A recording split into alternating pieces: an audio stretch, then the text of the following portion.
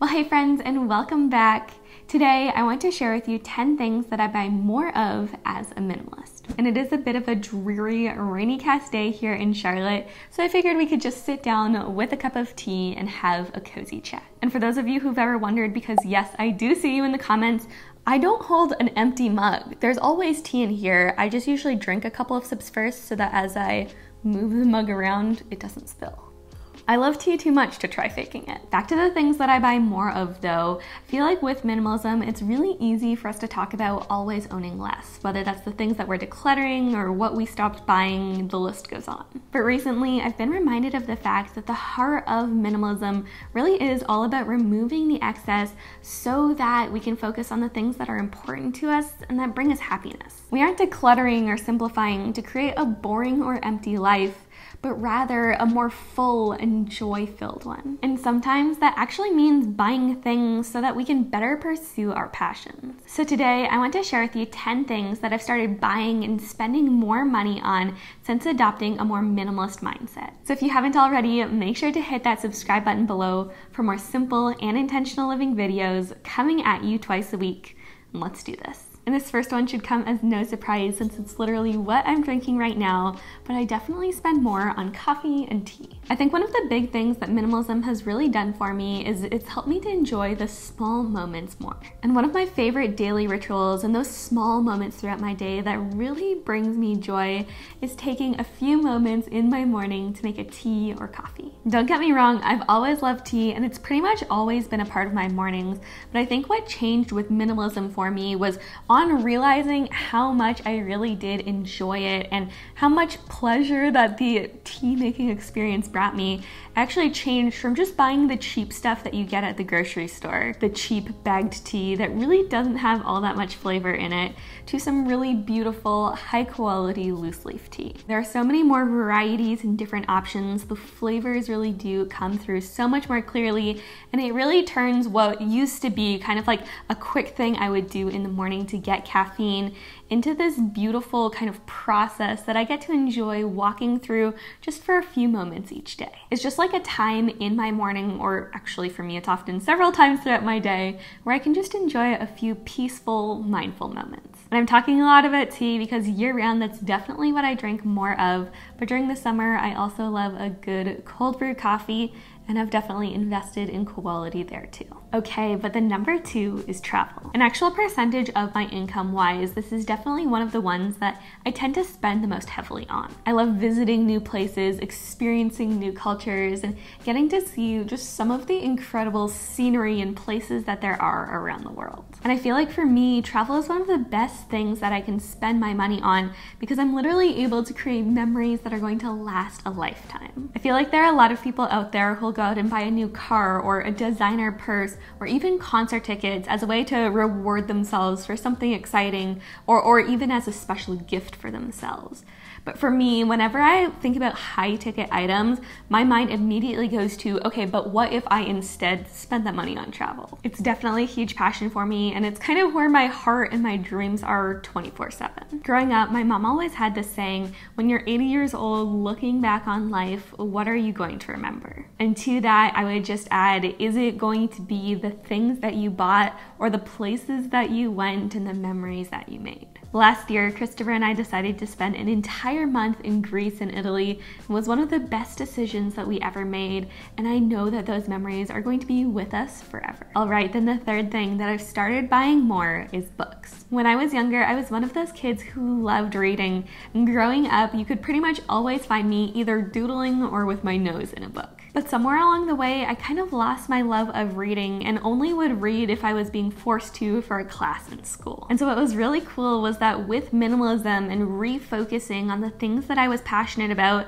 I actually was able to rediscover my love of reading. Last year, I think I read somewhere between 30 to 40 books, and this year I'm well on my way to repeating that goal. Now I say that, but before you go thinking that I must have this massive library of books, I don't. Yes, Christopher and I do share one bookshelf, but for the most part, I'm not buying books and then holding on to them. Typically, I'll buy audiobooks, ebooks, borrow books from a friend, or even a strategy that I've been really loving recently is I'll thrift a book and then once I've read it, just donate it after that. For me, the value in books is all about the experience that you get when initially reading them. So unless I'm planning on referencing them down the road, I'm fine with letting go of them and passing on to someone else who can enjoy that experience anew. But then moving on, 4 is camera gear. And I've started buying more camera gear for 2 main reasons.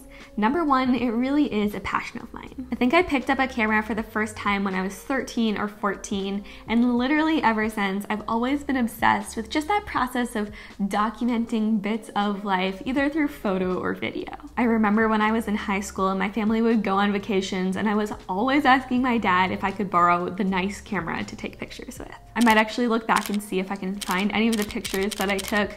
Maybe I'll put them in here, could be a good laugh. But it's definitely something that I've always loved. And then number 2, it's my job. I'm pretty proud of the fact that my videos are a lot higher quality now than they were, say, 3 or 4 years ago. But that change has in part come as a result of getting better equipment that's enabled me to be able to create higher quality content. So where I used to own 1 camera, I now own 2, and I've also invested in some lighting and audio equipment over the years as well. And in my opinion, at least, it's definitely been worth it. Then number 5 is that I buy more quality furniture now. I think I've reached that point in my life now where I really am looking to invest in pieces of furniture that I can have with me more long term. When we first moved to Charlotte, and in several other instances as well, I would always just buy the most easily available option. So I'd go to my local IKEA or thrift store and just buy whatever would meet my needs in the moment. And let me be clear, there is nothing at all wrong with that. We were young, we were on a budget, and it was an affordable option for us. However, fast forward a couple of years and all of that furniture has either worn out or is very quickly wearing out on us. And so as we've reached a stage in our life where we're more able to invest in quality furniture, it's something that I've been making a priority. And that doesn't always mean that we're buying things brand new either. Sometimes I'm actually going on Facebook Marketplace and just finding some really high quality furniture brands,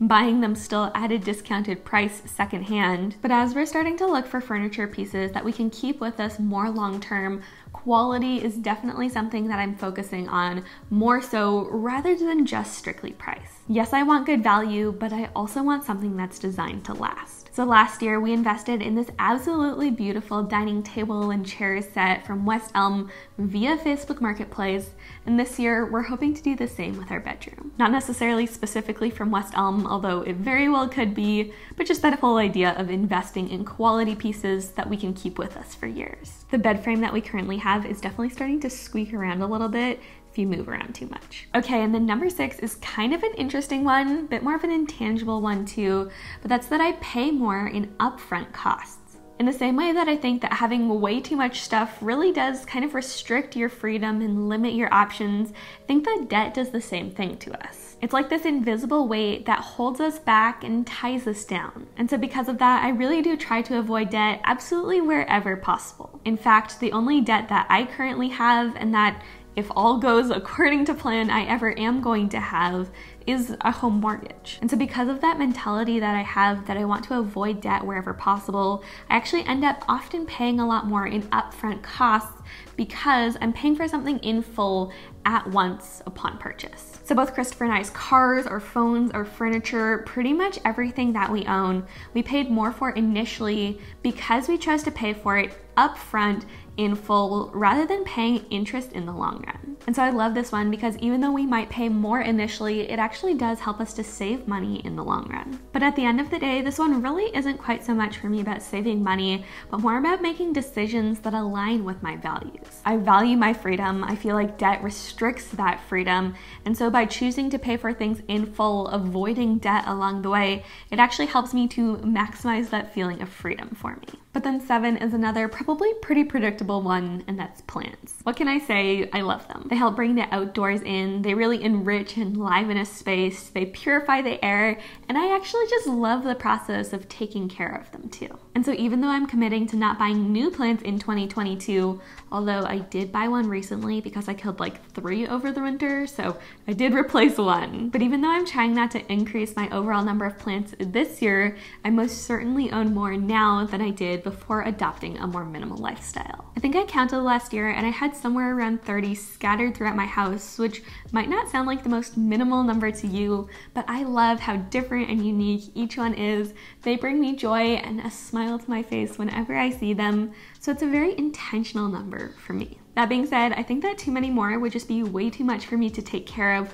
without it beginning to feel like a burden, so I'm really happy with the amount that I have. And then number 8 is long-term savings. One of the coolest things that minimalism and just that idea of rejecting the consumerist lifestyle has really enabled me to do is to save for more long-term monetary goals. For the first couple of years of living a more minimalist lifestyle, that looked like saving up for a down payment on a home. And now today, we're in our home, we were able to put 20% down when we first bought it, and now we're working on paying it off and saving for retirement as well. And I think minimalism has really helped me to think through, okay, long term, how can I see money as a tool to get from where I am now to where I want to be? And so I can really say without a doubt that minimalism is one of the big reasons that I've been able to invest and put money towards my future. And there's something about the process of doing that too that really has brought me a lot of peace. Just knowing that I'm looking ahead and making a plan. Then number 9 is watercoloring supplies. And this was actually a hobby that I discovered after simplifying my life. I have always been a creative at heart, but I think somewhere along the way, that idea of hustle culture and always trying to achieve and consumerism really got in the way and stifled some of that creativity. And so as I simplified and kind of intentionalized my life, I realized that there was really this gap where I had this creativity that I wanted to express, but I didn't feel like I had quite the right medium to do so. And so for a little while there, I tried a number of things, but finally landed on watercoloring as just a really fun and creative way for me to be able to just have fun and express myself.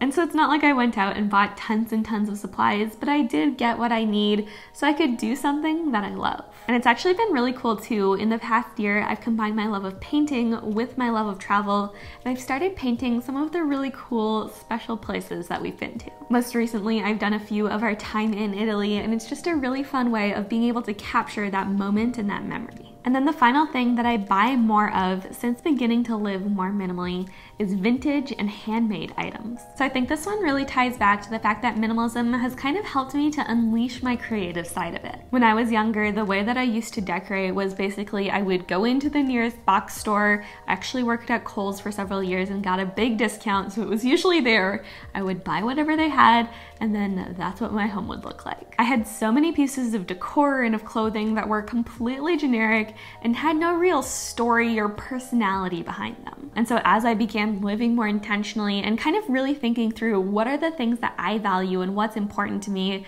I realized that kind of individuality, uniqueness, and just things that have a cool story behind them is something that I value. I love being able to look at a decor piece or a piece of clothing and not just see that item for what it is, but for it to have kind of a deeper meaning behind it. And so as I started discovering that about myself, I really started leaning in towards investing in beautiful handmade items or vintage pieces that you could kind of feel the history in. And so really, I kind of have minimalism to thank for the fact that I love beautiful handmade ceramic mugs, or even that picture of Florence, Italy that I shared, I think in my last video, that's going up here pretty soon. So I'd say definitely the handmade, the vintage items.